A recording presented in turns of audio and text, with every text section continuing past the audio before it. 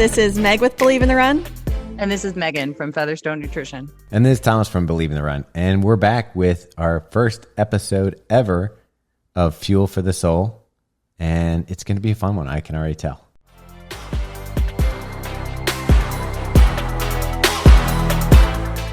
So before we dive into our first listener question, let's talk about our sponsor, Inside Tracker. Thomas, what is Inside Tracker? Funny you should ask. Inside Tracker is an ultra-personalized nutrition platform that uses blood work to create one-of-a-kind, science-backed action plan to help you reach your potential for better performance and a longer, healthier life.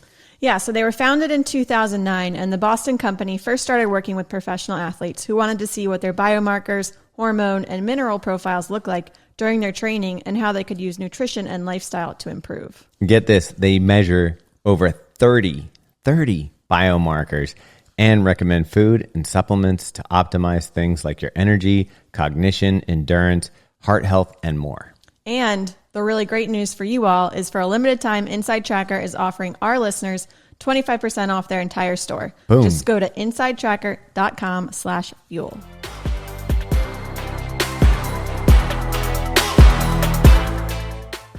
Why don't we take our first question from Karen Just, who submitted this on the Anchor app.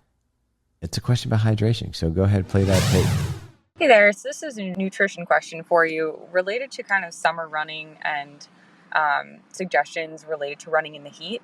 I feel like I struggle so much, especially with the humidity, and I try so hard to hydrate. I obviously understand like the basics about how much we lose so many electrolytes and so much water running in the summertime. And I've tried really hard to make up for that, but I still feel like I have so much GI upset, for lack of a better word, in the summertime. And I was just curious kind of like what your major suggestions are for helping that helping that heat issue, like getting through running in the heat. I don't mind it from a personal standpoint, but my body seems to respond like pretty poorly to it a lot. And obviously as time goes on over the summer, it gets better, but I'd love to like not start feeling better by August and start out summer feeling a little stronger. Thanks so much, Karen, for submitting that question. I think it's something a lot of us can relate to. So, Megan, I'll let you kick it off from here.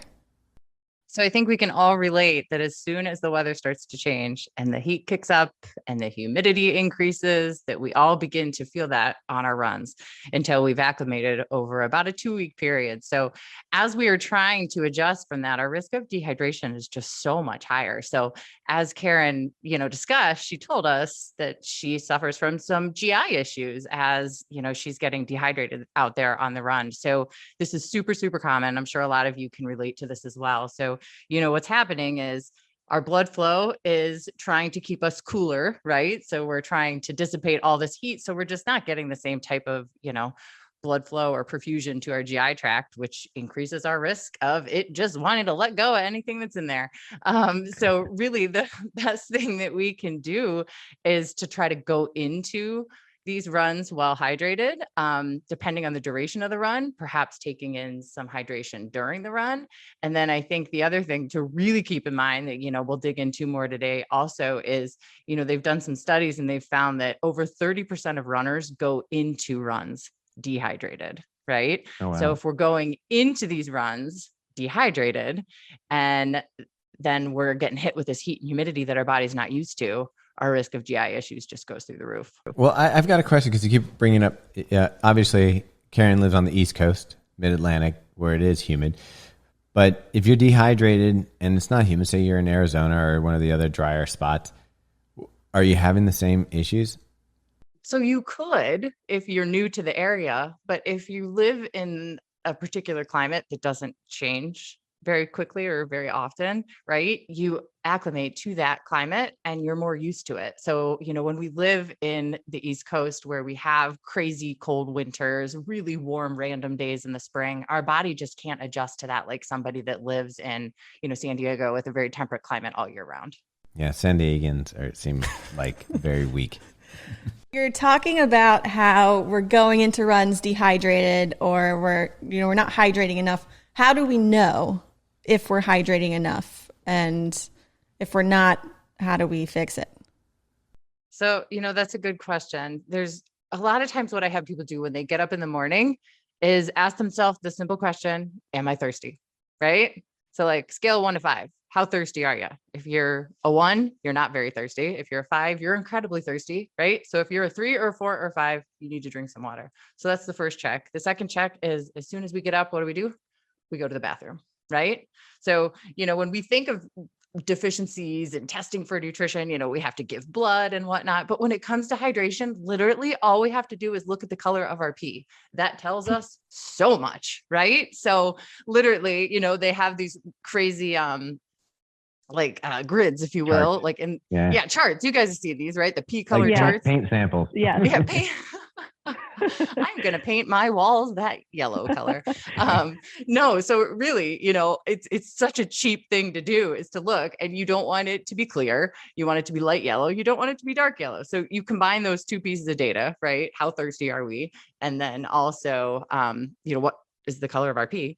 And are we dehydrated, right? If you're heading out for a run. I think the color of the pee thing, though, throws me off, because over the course of the day, I'm like the reading rainbow. I'm all over the chart. I mean, it's never like that I'm going to dye brown one, but it's like, I would say it varies in thing. And what I've heard in the past is take your body weight and half it and drink that many ounces. So that's another thing that is like a generic, how much fluid do I need on a daily basis? So yes, I totally support that, right? So if someone weighs 180 pounds, what is that, like 90 ounces a day? Yeah. Yep. Mental math is not my forte.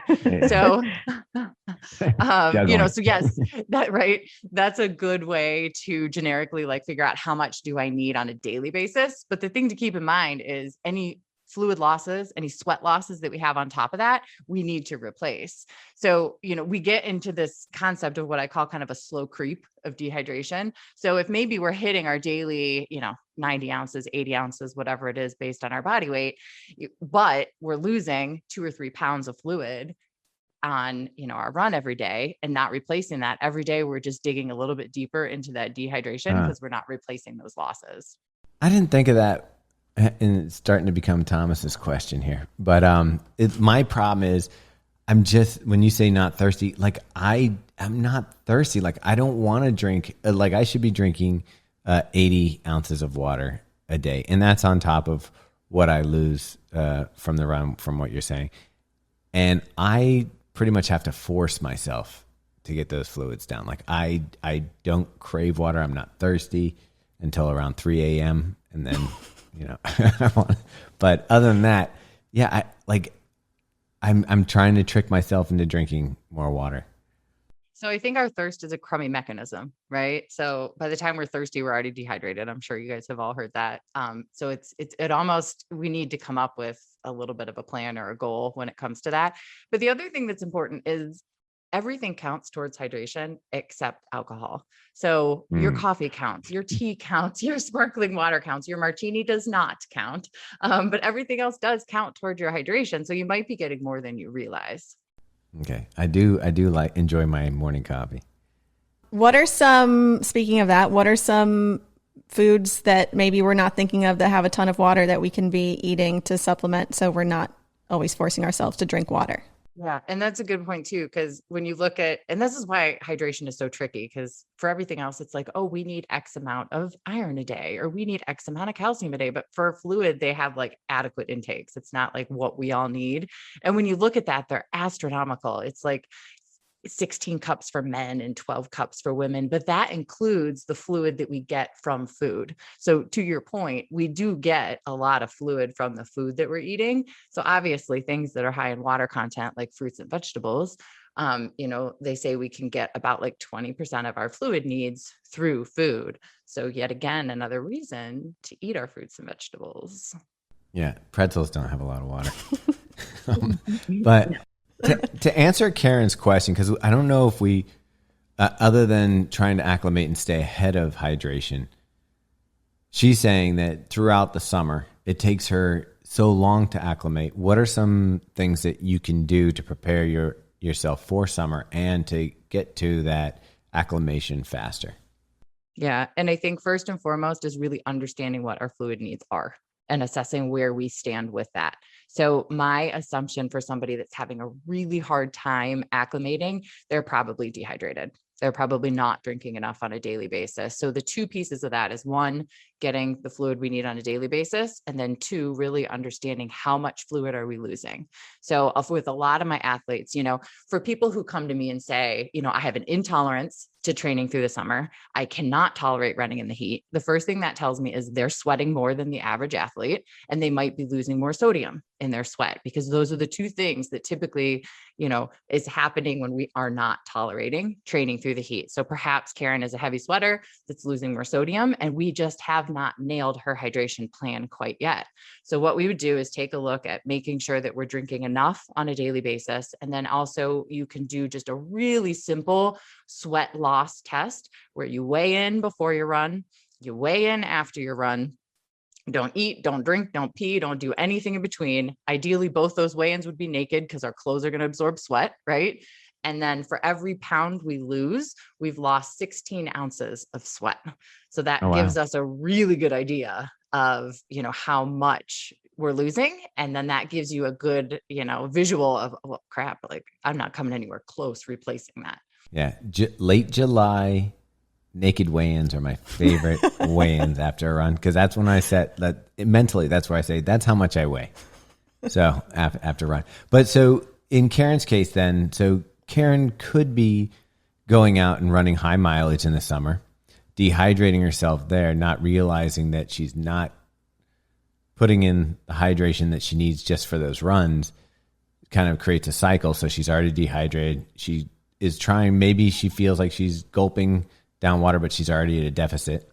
And on top of that, her sodium levels could be off so that she's not retaining the water in her system and it's not being used properly for the exercise, which sets her up to feel these GI issues. Am I reading this correct? 100%, Thomas, you nailed it. Oh, cool. Do I get a sticker? A gold sticker too. So how important are these all equal in when you're hydrating before the run, during the run, and then after the run? Are you going to benefit more if you drink a bunch before you go out and then don't worry about water out on the run? Or do you need to take it in while you're running, or does it matter when you take in the water? And that's something that I personalize a lot for athletes as well. Some people can get away with a 60-minute run with drinking nothing, right? Some people need to take something out there with them, but there is some really fascinating research right now that might also help Karen. And it's the concept of sodium preloading. So we know that we can carb load before a race, right? If the day before, or the few days before we eat extra carbs, our body hangs on to them. Same concept, but with sodium and fluid. So I'm sure we've all eaten a really salty meal and realized that, wow, I feel swollen. I've retained a lot of fluid from that salty meal. So same concept, we would want to do something like that the night before a run or a race that's going to be very hot or very long, so that we retain some extra sodium, we retain some extra fluid. So literally we have extra to burn off of first before we start dipping into our own hydration and sodium stores, which has been shown specifically for females too, to be really beneficial in helping offset those symptoms of dehydration. So that might be something that would be really helpful. Are you saying that I can take my salt tab, my chewable salt tabs, from and this isn't an ad, but a salt stick or whatever I use, those chewable ones. I usually in the summer, I take them before a run. You're saying I should be taking them the day before and hydrating, and it will store in my system? The night before would be, I would probably, honestly, if it's going to be really hot, you could do it the night before and also right before, kind of to Meg's point, it would be beneficial to do it both places, truthfully, because what I find is for runners that are really sweaty and really salty, when they're out there, we just cannot recoup our losses while we're out there. So we have to make sure that we're recouping them afterwards.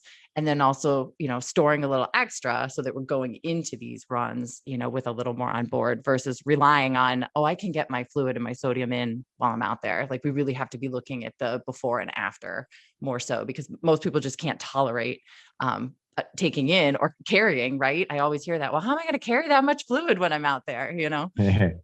credit card. That's sort of exactly what you had me do before the Woodlands Marathon, because we did know that I'm a very heavy and salty sweater. And so the night before, I was sipping on Scratch Labs, and I guess even like the full day before. And then out on the course, I was also taking it. And that was the first time that I didn't get calf cramps at like mile 18. And so I 100% support that drinking some whatever sort of sodium or electrolytes the night before. Or taking a salt tab. I think. And this brings up a question for me, because Meg doesn't get GI issues necessarily. She gets calf cramps. And so in Karen's physiology, yeah, that's the word I'm looking for. In Karen's, that's where it appears for her. In Megan, it appears in the calves. People may be having performance issues and not realizing that it's tied to hydration, and not necessarily another mystery, fatigue in this area. No, you're dehydrated. How can someone diagnose where their issue is starting? And I 100% agree with you on that. I would honestly say probably 50% of the athletes that come to me with GI issues, it's hydration. They've been cutting out all these foods, they've been cutting out all these things and trying to change everything. And their mind is like blown when we start talking about sodium and water. And I can think of a couple people right offhand that we were totally able to keep them from having GI issues in a race in marathon distance with the right hydration. So, I totally agree with you that there's tons of things out there that people probably haven't even related back to hydration. One's fatigue. So I think we're starting to learn, how important iron is. So people are like, oh, my iron stores must be, tanking. I'm so tired, but really it's getting warmer out. We're dehydrated, right? That's one of the first symptoms of dehydration is fatigue. My legs always feel heavier. It's harder to hold paces in the heat.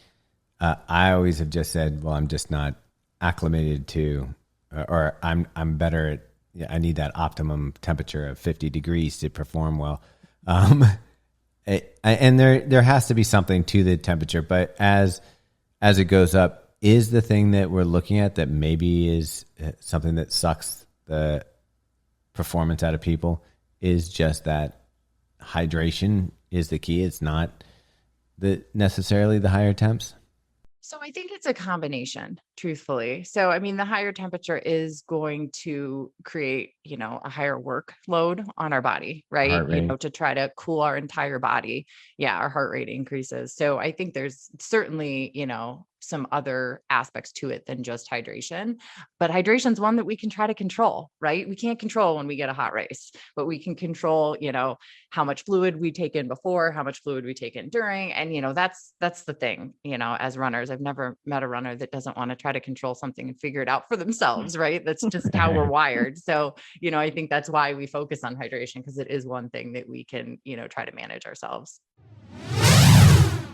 All right, guys, jumping in here to remind you about our sponsor, Inside Tracker. So if you're listening before you know already, they measure over 30 biomarkers and recommend food, supplements to optimize things like energy, cognition, endurance, heart health, and more. And for a limited time, Inside Tracker is offering our listeners 25% off their entire store. Just go to insidetracker.com/fuel. Do it. A couple questions related to like our normal routines and if these things are dehydrating us or if they're not. So first one is morning coffee. You said that actually counts towards our hydration, but also I think it's sort of like... A lot of people think it's a dehydrator. Yeah, that's what we're sort of told, I guess. I'm not sure, but I always have felt like that will dehydrate you. Mm-hmm. So yes, that is a common misconception out there. So when we look at the research, they can do studies where they look at how much fluid we actually retain from our coffee. So there's a very, very tiny diuretic effect which means we're losing water from drinking coffee. But when we look at the total fluid volume, we're still retaining much more fluid than we're losing. So for example, we drink 8 ounces of coffee, we're retaining 7 ounces of that. So it's still a net positive fluid benefit to our total day. So, that's where a lot of those misconceptions come. If you're drinking a 4-ounce martini, where does that liquid go? Thomas, I knew you were going to ask me that. And I was trying to find research on this. I kid you not. I think it's only like an ounce or two lost, but there was one study that said 4 times the amount of fluid lost, but I don't believe that one. I don't know about that. Yeah. But That's somebody's wife who's like, stop drinking. Right. Exactly. That was actually going to be my second question related to habits that we tend to do. So if we have a cocktail in the evening or two, Wine, beer. do we liquor. have to think of that almost like a run, in which case we need to drink more water because of it, or is we just ignore it? Correct. So we want to add some water in there. So that old wives' tale of like alternate alcohol, non-alcoholic, alcohol, non-alcoholic. As far as drinks go, there really is some benefit to that. I think if we're drinking at least equal volume in another fluid, we should be fine to help, recoup that dehydrating effect of the alcohol. And then, so obviously when I was working with you, I wanted to get a sweat test because I was really curious and we were trying to figure out my calf cramps. And so I went ahead and did that. How important do you think is that so let's say a Karen who is concerned about GI issues, is it really important for her to go get that test so she can understand how much she's losing and how much salt? Or should you just sort of figure it out by testing it yourself? Yeah. So, I think it depends on the individual. As I think everyone realizes now, Meg and myself are both big nerds, and we want to know the numbers and we want to know how to figure out how to feel better. Personally, I was one of those people who couldn't tolerate training hard through the summer. So when I got back to marathon running after I'd had my kids, that's when I reached out to Levelland to do the sweat test with me, because I was like, I'm missing something. And I wasn't taking in enough sodium, and I was having that slow creep of losing too much sodium on every run. And then I was ending up with headaches and fatigue and weakness. And, it wasn't worth it to me. So it was so helpful to be able to see that. And truthfully, I can train through the heat now. Yes, everyone needs to adjust, right? But like, I've never had those issues ever since I figured out how much sodium I'm losing. So I think, it depends on the person. Because some people are like, all right, throw some more salt at me. Let's see if it works, right? Like a trial and error. There's nothing wrong with doing that either. Yeah. Handful of Like, hey, salt, just give me more. I'll be good. Yeah. But for some people who grew up in a family that was like, salt's bad, salt causes hypertension, your blood pressure is going to be too. So a lot of people have these preconceived notions of, no, I'm supposed to be watching my salt. So I've had to get people tested to show them, no, this is how much you're losing. So, you're not even taking that in a day and you're losing that much in an hour. This is our problem. So sometimes people really need to see those numbers to really comprehend, to understand, to move forward with a plan to really make sure that we help it out. Yeah. And we are not sponsored by Levelland, but I will say it's a really easy process if you do want to do it. They literally mail you a little package. You put a little bandage on your arm, you take the swab, you put it and send it back, and it's super easy. So if it is something you want to do, I think it's definitely worth it. Absolutely. I totally agree. Okay. So one of the last questions I had about hydration is, sorry, Thomas, related specifically to females. And I like females. I have no problem with females. If there are certain times during the month where we need to be realizing that we need to hydrate more or less, or if it matters more or less. So when we look at, I guess the one thing is when a female has a natural cycle, right? So she's not taking birth control or something like that. That's where the research lies. So if somebody's taking a birth control or something like that, this doesn't necessarily pertain to them. But for an athlete that has a natural cycle, whose hormones are naturally fluctuating, right? So in the second half of our cycle, the luteal phase is when it's called the high hormone phase. So that's when all of our hormones start to climb, right? So there is some pretty interesting research that shows as those hormones start to climb, we actually have a decreased plasma volume. So if we have less, volume in the plasma, we're more likely to feel the effects of dehydration, right? So there has been some research looking at, do we need to do that sodium loading? Do we need to pay more attention to our hydration towards the end of our cycle? Are we going to feel the effects of dehydration more during those days? And the answer is probably yes, right? And I mean, working with tons of female runners. I know that, that's the few days that workouts feel hard. That's the few days that we feel like if we're going to bomb something, that's when we bomb it, when we do have more headaches, when we do feel more dehydrated. So, there certainly is some research to show that might be beneficial. Okay. Speaking of cycles, Megan, I saw you on an elliptigo. I did. Yes. I have an elliptigo I got after some foot surgery in 2012, and you should see the looks we get on that thing on the trail.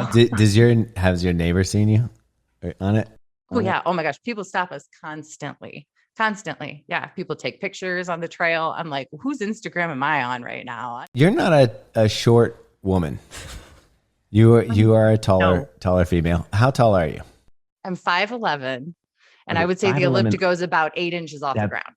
That's what I was going to say. So like I would see you coming and you've got that nice flowing black hair riding down. Like, do people, are they getting out of your way? Oh, you better believe it. And the best part is it's really loud. So it's like, like it's super loud. So everyone hears it coming. You're massive. Dogs hate it. They like plunge at you, when you go by them. Wait, do you wear a helmet when you're on it? I do wear a helmet because I've fallen off of it before. I'm getting a picture here. It's amazing. There is absolutely no way to look cool on an elliptigo. No way. You always look like a real big tool. Yeah. Mm-hmm. Yeah. Okay. Dean Cardenas posted in his Instagram the other day, and it looked like he was riding a bike without a seat. I'm like, and that's what happened when we were in grade school. Like, if you wanted to pick on someone, you just take their seat off their bike, and they'd have to ride it home. Like that. So it's all making sense now. Like this to you is triggering these memories. Or maybe triggering my memories of the joy of stealing other people's bike seats. I was a skateboarder. Much cooler. And no helmet. Back then. It was back in the late 80s, so you didn't have to I don't even know if they invented like helmets for bicycles at that point. Probably. But it was like, people doing Tour de France. And they're like hats, right? They didn't even have to wear helmets. Yeah, they just wore painter's caps. Megan, the internet sucks because you can get a lot of misinformation out there. And as someone who has studied and actually taken tests and is what do they call it? Certified? No, a learned family. Oh. You're from a learned family. You probably see stuff posted by people that are pseudo nutritionist or what works for them or something they stumbled across, like, mushroom tea or something like that, and are claiming it's amazing. Is there anything that you've seen this past week that just made you like, oh? Always. No, but I think the biggest thing that makes me with this whole, that fits perfectly into this conversation is people getting very fixated on looking a certain way at the start line of a race, right?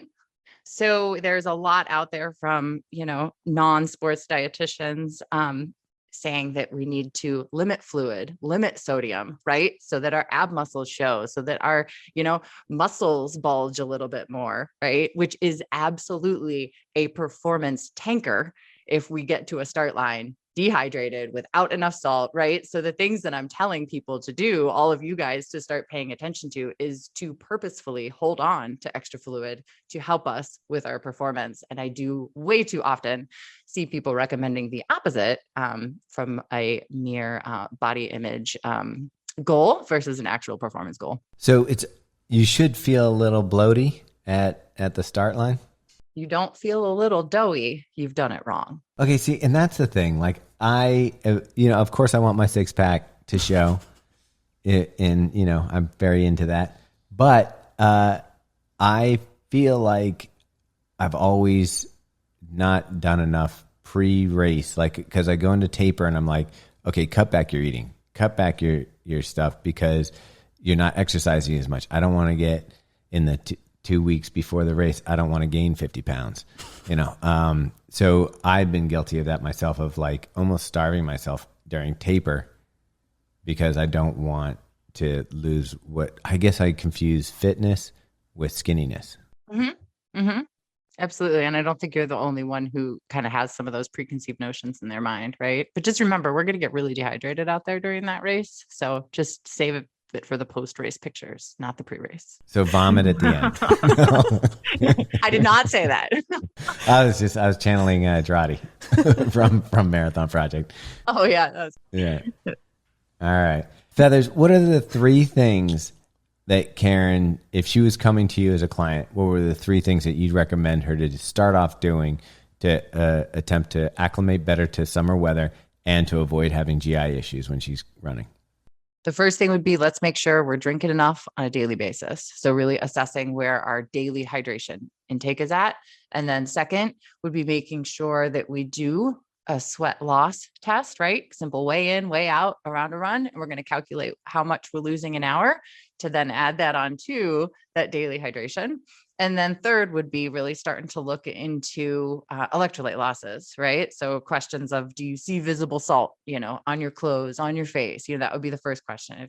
If it's yes, then maybe we talk about getting a sweat composition test that would actually look at how much sodium we're losing in that sweat, per hour. So, that would be that final little piece in there to help her, which, as we talked about with GI issues, it often is a combination of the fluid and the sodium loss.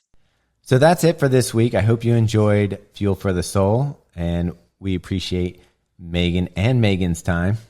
And we'll probably have to start calling Megan Featherston Feathers from now on so that we can tell who's who. But appreciate you tuning in. Hopefully recommend this to a friend, share it with someone you think it would help. Obviously what we're doing here is trying to increase people's performance through nutrition. And we have Megan's expertise to help guide us along the way. And we'd like to thank our sponsor, Inside Tracker. Anybody else you want to thank? Yeah, thank you, Karen, for submitting your question. If you want your question answered, head over to the Anchor app and you can send in your audio recording, or you can email us. All of the information will be in the show notes. Until next time, stay hydrated, know your sweat rate, and eat some extra salt.